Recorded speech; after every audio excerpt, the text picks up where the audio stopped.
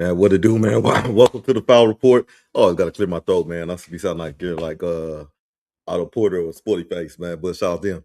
Hey, we're going live, man. Good shout out to the good people, man. Friday, good day. You know what I'm saying? Hopefully y'all got y'all money this week, man. Hopefully y'all did.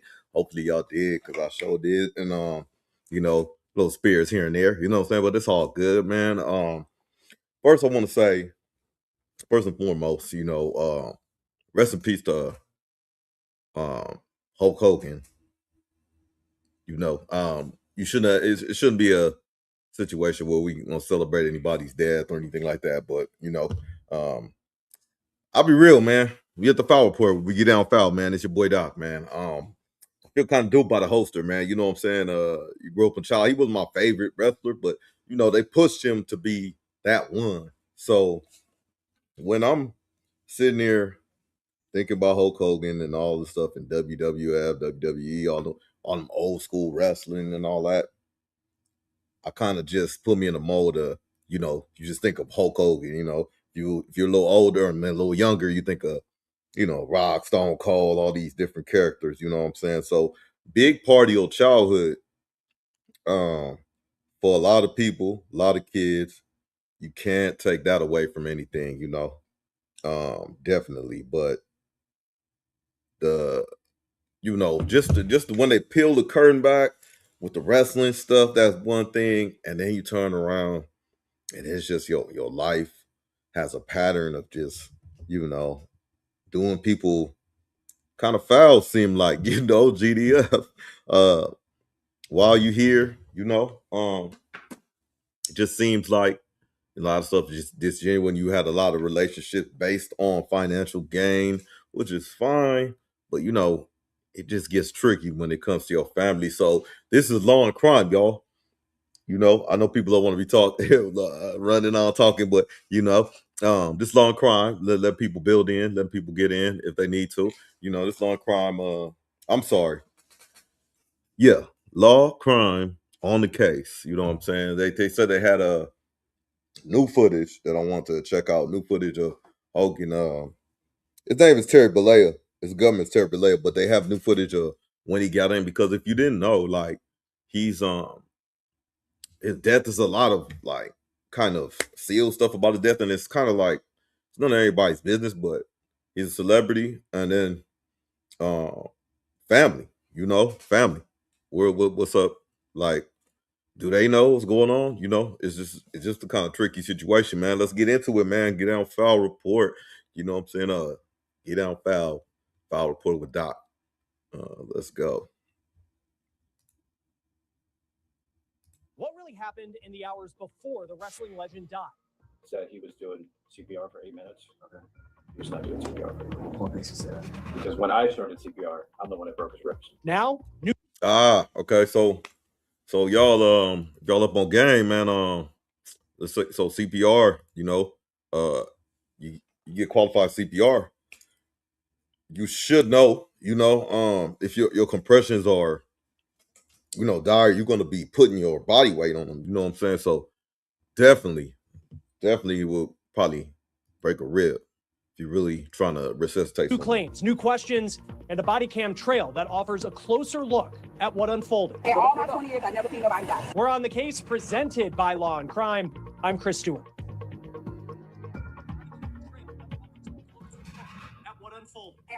We just got our hands on a massive body cam file from the death investigation of wrestling legend Hulk Hogan. For months, questions have surrounded the sudden death of the wrestling icon, but now for the first time, we are taking you inside the investigation with hours of newly obtained police body cam footage. So to catch you up to speed, let's go back to July 24th, 2025. Hulk Hogan, his real name was Terry Bollea. He stopped breathing inside his home in Clearwater, Florida. His wife, Sky Daly. All right, so okay, damn. Okay, they're going into the wife. This is probably like his third or fourth, fifth wife or something. I don't know. It happens, but it was kind of the daughter and she looks around his daughter's age. You know what I'm saying? Her daughter's like probably 40s or 50s. It's let's go, man. Billy Hogan, along with an occupational therapist and a home health aide, reportedly performed CPR until first responders arrived. And despite their efforts, Hulk Hogan, the wrestling legend, died. In the days that followed, speculation spread. Did complications from recent neck surgery play a role? How could someone who appeared to be recovering and in good spirits suddenly stop breathing? Now we're breaking down what investigators documented, what first responders witnessed, and what the newly released records reveal about Hulk Hogan's final moments. So let's begin at the beginning, when Hulk Hogan stopped breathing. Investigators caught up with the homemaid who was caring for Hogan when he reportedly went into cardiac arrest. Here is her account and timeline of what happened. I had him 7 to 7, like 7 in the morning. All right, so shout out to all the medical professionals out there, you know what I'm saying, that be getting their stuff done, taking care of people, because I know that's not easy, you know what I'm saying. Taking care of somebody that may think they okay and don't need help and things like that. It's just like a tireless job. They get paid well, but not enough. 7 at night that day. I got here around probably like 6:50ish. I can't remember the girl who I replaced, but he was already up in the bathroom upstairs, sitting in the chair, getting ready to brush his teeth. Okay. I think he got up. Was that a Wednesday? If it was a Wednesday, I had him that Monday, I think, and he was not. Okay. Like he was, moving slow. Bro, can you imagine? You a nurse, and then somebody like Hulk Hogan come in to your care or something. Oh man. Oh, but was it nothing like I walked into Wednesday? They said he was in diapers when I got there Wednesday. So I guess I don't know what took place overnight or Monday to Wednesday, but by the time I got there Wednesday, he was in diapers now. So brushed his teeth, went downstairs. What he say? He didn't normally eat breakfast, so he had a yogurt. I want to say the wife gave him his medicine or Monday to Wednesday, but by the time I got there if it was a Wednesday, I had him that Monday, I think, and he was not. Okay. Like he was, moving slow, but was it nothing like I walked into Wednesday? They said he was in diapers when I got there Wednesday. So I guess I don't know what took place overnight or Monday to Wednesday, but by the time I got there Wednesday, he was in diapers now. So brushed teeth, downstairs. He didn't normally eat breakfast, so he had a yogurt. I want to say the wife gave him his medicine, his morning medicine, and we set him in a recliner. Okay. Probably, I want to say 9:45, occupation got there. Occupational therapy got there. They had to order new toilets because I guess his strength wasn't what it normally was. So with us having to order new toilets, I showed occupational therapy, came in. He was order new toilets. He was breathing. But you have to order new toilets. You got to order new toilet because your strength is not what it was, huh? I literally said from probably here to her car is where the distance was from the living room to his office where the bathroom downstairs they use. I walked occupational therapy into the bathroom, see the toilet. When we came out, he was like, Terry, I'll be over in a minute to get your vitals. He went over, and he was like, I can't get a pulse. And Terry responded to him when he said that? No, but he was sleeping. He was sleeping. As soon as I put him in the chair, he went to sleep. Okay. So he said, I can't get a pulse on his finger. I also worked at Largo Mess. I was like, sometimes if they cold, you got to rub it. And so we started rubbing the hand. And he was like, I still can't get a pulse. So that's when me and Sky walked over, and Sky was like, he's not breathing. Okay. We called 911. We go around. The occupation, they told us how to. I want y'all, I'm going to rewind that, but I want y'all to take close listen to how I unless I misheard something, how a professional medical person is supposed to react, to these types of situations. You know what I'm saying? The double check, making sure they're good, checking the pulse.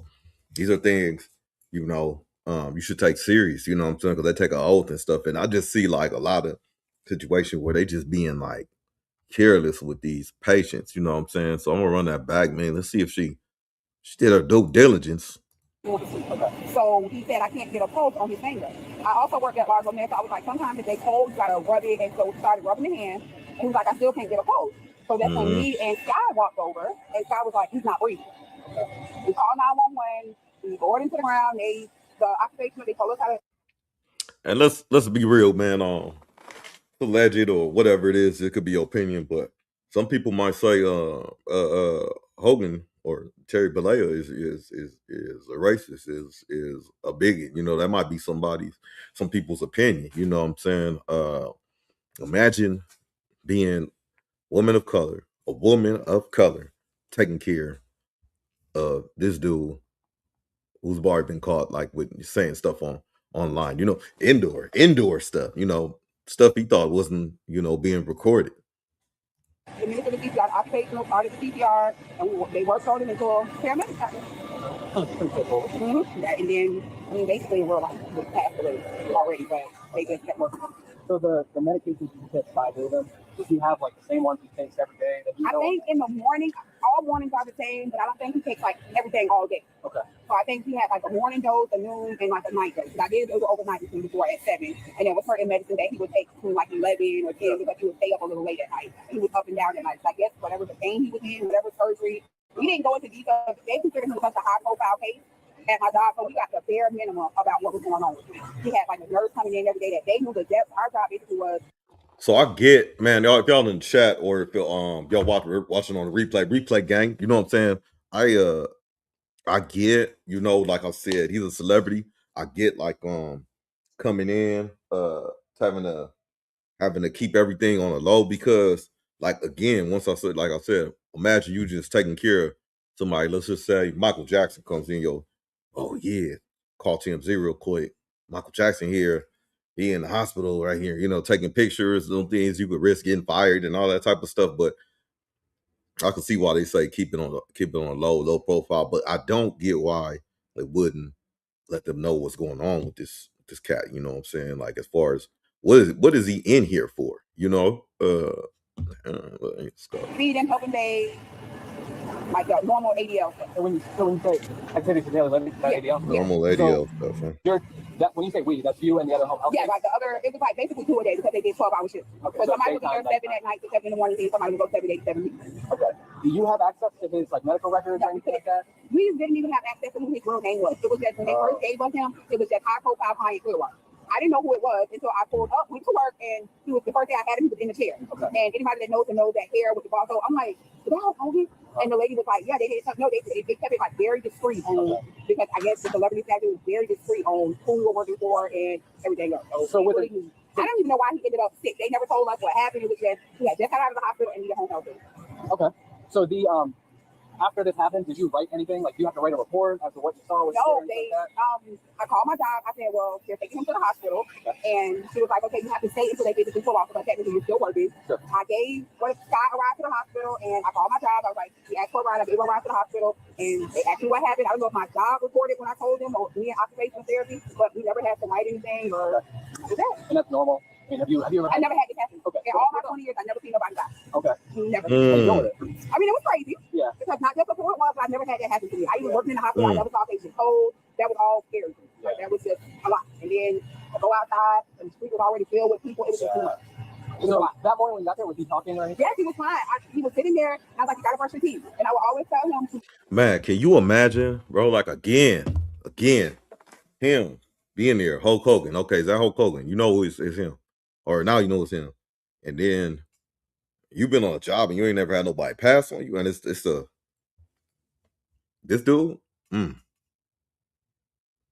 Crazy. I tried everything else. You're not just going to sit in the chair. He was like, okay, you brush your teeth. He was like, I'm ready. We went down the elevator. Got him in because he had a little big recliner down there. We went down the elevator. Got him in the recliner, and that was. Okay, you said you could take yogurt? Yeah, that's all he basically ate one time, just like yogurt. Okay. Was he complaining of any pain or anything like that? More than normal? Not that particular day, but some other days complaining of his back. I don't know what the injury had something to do with his back. But Man, see? Okay. So real quick, where my camera at? I said, my camera at? Where my camera at? Nah.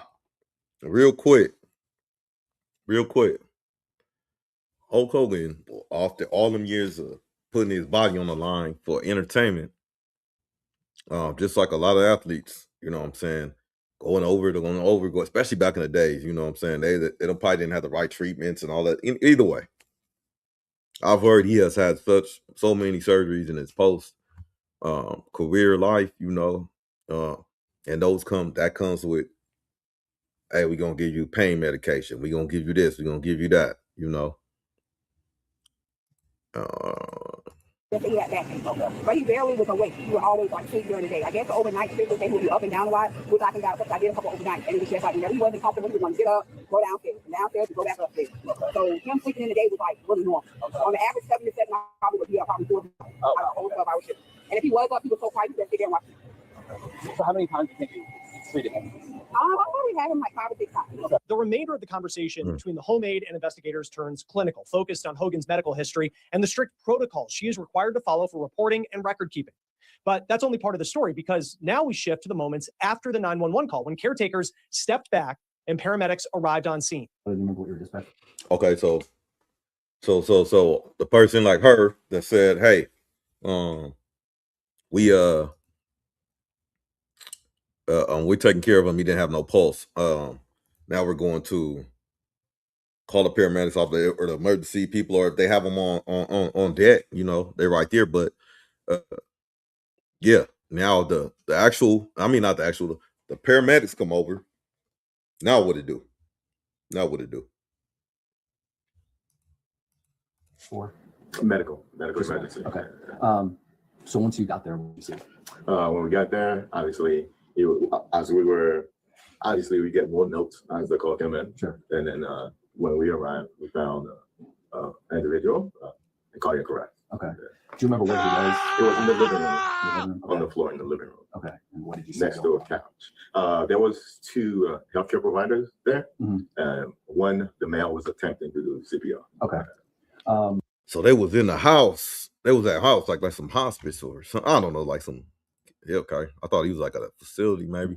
Were you the lead medic or the charge medic or whatever you guys call it? Lead medic was my partner. Whatever you Okay. guys call But we interchange. Whatever needs to be done, we make it happen. Okay. So this guy's doing CPR, one of these medical providers? Yeah. Okay. Or attempting, as you said? Yeah. So then you guys, I assume, take over? Yes. Yeah. Okay. And then what happens from there? We took over. We went through what we do normally. We follow ACLS protocols and Okay. county protocols that we do have. I think we were there for a long time, try to restart, do everything we can. Yeah. And then we took him to the hospital. Okay. At some point, did you look at his body at all? Yeah, we did. Yeah, before we said roll him to the board, we looked at him. We looked Just at to him. make sure. Yeah. Did you see any obvious signs of trauma or anything like that? Not initially. We did it. When you were there, sort of doing your thing, working the code, did you hear anything from anyone who was there about what happened prior to the cardiac arrest? Yes, I did ask. Yeah, I did ask. According to, I believe, when I asked what happened, well, he received some treatment, I guess physical therapy or something. Okay. And then he went to his bedroom somehow. Okay. After the treatment. He did, or Yeah, someone else? he did. Okay. The patient. So he received some treatment. So I don't know. You know, we in the land of drugs and pharmaceuticals, things like that. You probably got like some shots and who knows, man. He went to the room and then short time later came from the room, sat on his couch. Okay. And watching TV or something. Okay. And then the physical therapist and the nurse that was there continued doing whatever they were doing. Okay.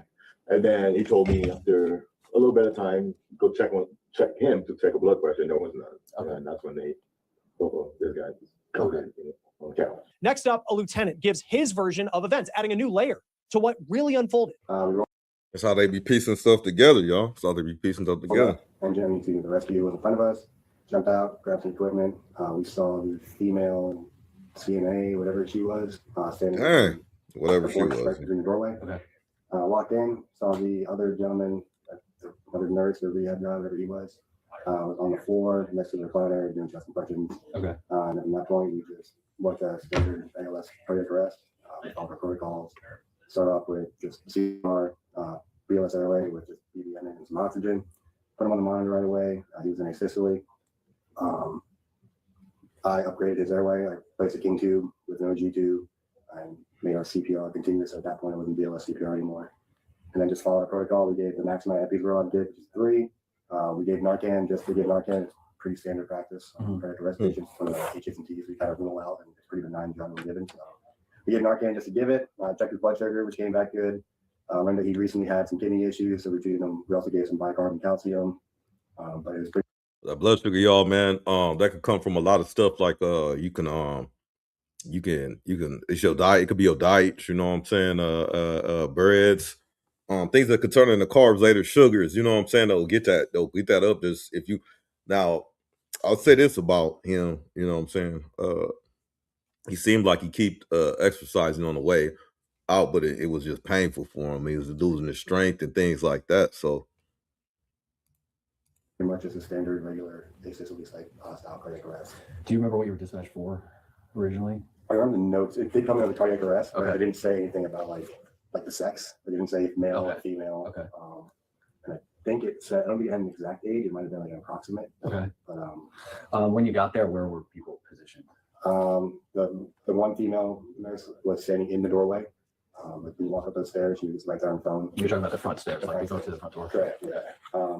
His wife was kind of between there and where he was on the phone talking to somebody. Okay. And then the male nurse was on the ground doing chest impressions. Okay.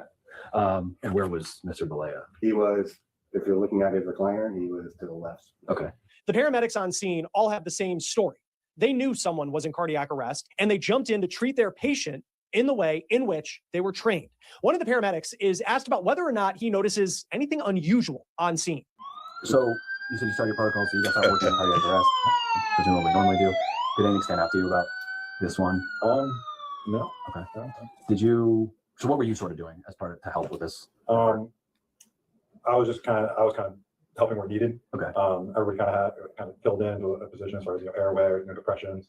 And I just started gathering equipment and what else was needed on the outside of it. Okay. I assume at some point you looked at his body. Did you notice any signs of trauma that were apparent to you or anything like that? While you were there, did you hear anybody talking about what had happened before he went into cardiac arrest, if anything? Okay. Any talk of any medical history or anything like that you would have changed? So this is the third group of professionals that came afterward. You guys did business or anything like that? No. Not necessarily. Cool. It's pretty straightforward. Okay. So we know Hulk Hogan stopped breathing. The 911 call came in as a cardiac arrest. And until now, the story has been the same. Those inside the home, including the occupational physical therapist, immediately began CPR the moment they realized Hulk Hogan didn't have a pulse. But a newly released body cam video reveals something investigators noticed. And one paramedic says that version of events doesn't add up. So I want you to listen carefully to what he says. All right. When you got to the house, what did you see once you walked in? When I just went up the stairs because I saw the, I don't know if she was a nurse or whatever, saying, hey, he's up here. Okay. So I just went up the stairs because the paramedic on the engine and the lieutenant went to help grab the equipment about the rescue. Okay. So I just went upstairs. When I walked into the room, he was on the floor next to a chair. The therapist, the guy in the room with the scrubs, Okay. said he was doing CPR for 8 minutes. Okay. He was not doing CPR for 8 minutes. Okay. Because when I started CPR, I'm the one that broke his ribs. Okay. If he was doing CPR, he was doing before CPR. Okay. So just that's yeah. Okay. But he If he been called was. the rescue. Okay. So I just went upstairs. When I walked into the room, You know what I noticed about life and stuff, but I don't like when people do that. Like, this is just me personally, man. This my take. I don't like when people when they go hit you with the oh yeah. He wasn't doing CPR. If the person that was on that said he was doing CPR, he didn't do CPR because I broke his rib. You know what I'm saying? I broke his ribs, but he broke his ribs. And you said, I know he wasn't doing CPR. Well, you go, if he was doing CPR, he's doing poor CPR. So was he doing CPR or not? You know what I'm saying? I don't know. I don't like that. Petty. he was on the floor. Paramedic says that version of About the rescue. Okay. So I just went upstairs. When I walked into the room, he was on the floor next to a chair. The therapist, the guy in the room with the scrubs, Okay. said he was doing CPR for 8 minutes. He said. He was not doing CPR for 8 minutes. He said he wasn't. Because when I started CPR, I'm the one that broke his ribs. Okay. If he was doing CPR, he was doing poor CPR. He was doing So poor CPR. that's yeah. Okay. But he in the notes going up, and I think on the radio they said they were having trouble getting him out of the chair to the floor. So we were thinking we were going to have to get him on the ground, but he was on the ground when we got there. Okay. some striking allegations are being raised here. Did the occupational physical therapist really perform CPR for 8 straight minutes? And if so, was it done improperly, as one paramedic claims? Now, these are obviously serious questions, and for now, they remain just that, claims from one side of the scene. The only way to get clarity is to hear directly from the therapist himself. His name is Justin McCamey, and his conversation with investigators is a little hard to hear, but I want you to listen closely to what he had to say in the minutes after Hulk Hogan died. Let's go. I witnessed the surgery a month or two ago. They severed the phrenic nerve, doing a complete system. Came home, the home health, I'm an occupational therapist, and he didn't look good. I saw him last week one time. That's like dead here, he's breathing. I called the guy. I was checking out the solar things to do it. He ate very little, couple of berries. Was up throughout the night, some medication, narcotics. and came back to them. I noticed It is. Yeah, it should be behind that seat. no right to call the chat. Tried to get pulse, tried to take blood pressure, nothing. She came in, we realized it together, immediately called 911. Down to the floor, we started compressions. And that's basically he was breathing. In any case, when I saw it, it's such a big guy. Yeah. So getting a pulse, getting all that stuff sometimes difficult. And then when we realized it, obviously we didn't call and get this. To be honest, I'm surprised he lasted this long. You said you were only here like 10 minutes, right? Before I got here about, talking to, I was here 9:30. I walked in the door. How long have you been helping take care of him? Only my second visit. I just did the initial battle last week. Honestly, I was surprised to hear it. And are you trying to help him adjust to being in like a wheelchair mainly and stuff like that? Or? Yeah, occupational, that definition, PT does the legs, okay. We do the upper body. Okay. Function. So just helping him function as best he can. Right. I was trying to get him back because he was having breathing. Was he able to walk and stuff? Barely. It was a pivot transfer. He's been using like urinal and stuff. What's the big issue right now? Everything. Like we were. Like why was he not able to walk? He had that, let's say, severed the phrenic nerve in sort of. Was that recently? Okay. So he had a back surgery? Or what was it? It was, honestly, it's had so many surgeries. Okay. The phrenic nerve is a nerve that involves respiratory. Okay. Yes, and it is. Yes, and it is, because no reason or no kind of, I guess that's a big thing, the coroner's report or what the intoxication report or whatever they have to release. I know, last thing I heard, his daughter didn't get all of it. And if you slice that, which is hard to do, the doctor. Okay. Wow. Okay. And if you slice that, which is hard to do. Okay. So he had a back surgery? Or what was it? It was, honestly, it's had so many surgeries in surgery. Was that recently? Okay. So. Oh, bad, y'all. I'm trying to get it back to the part. He said the nerve. Barely. It was a pivot transfer. He's been using like urinal and stuff. What's the big issue right now? Everything. Like we were. Like why was he not able to walk? He had that, let's say, severed the phrenic nerve in surgery. Phrenic nerve. Was that recently? Okay. So he had a back surgery? Or what was it? It was, honestly, it's had so many surgeries. Okay. The phrenic nerve is a nerve that involves respiratory.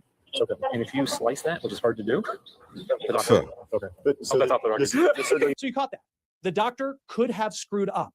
Now, there was damage to the phrenic nerve, and that could have led to certain complications. And that comment is what led to some speculation that Hulk Hogan's death was caused by a botched surgery. When investigators followed up with McCamey later, he was much cagier with his answers, seeming to suggest that the fact that Hulk Hogan was a celebrity made speculation about his death and reports about his death spiral out of control. So this has nothing to do with the medical records per se. It's more just your own observations, your own background, and that type of stuff. Can I have her present? Sure. I mean, that's a little intimidating. I've watched Law and Order for years. Look, I'm a nurse. Say that again? I'm a nurse. Okay, yeah, I've done tons of codes.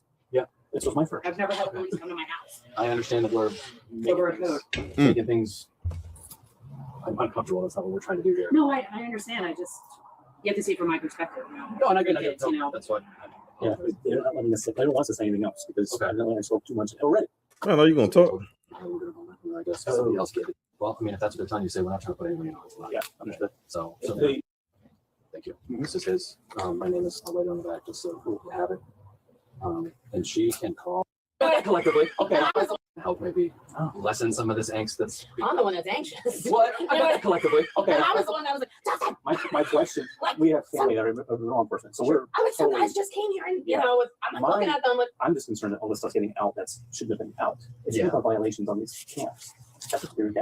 Yeah, man, that's a HEPA violation stuff, man. You know what I'm saying? You can't just let people medical history get out, man. You know what I'm saying? I'm not gonna say it again because I said it in the beginning of the video, but yeah, man, what y'all think? Tell me in the comments, man, what y'all think. Man, it's it's Hulk Hogan. What's up with him, man? You know what I'm saying? I mean, wrestling, he's wrestling, so I'm trying to guess I wanna see, if he's ever gonna, if not him, but if it'll come out that that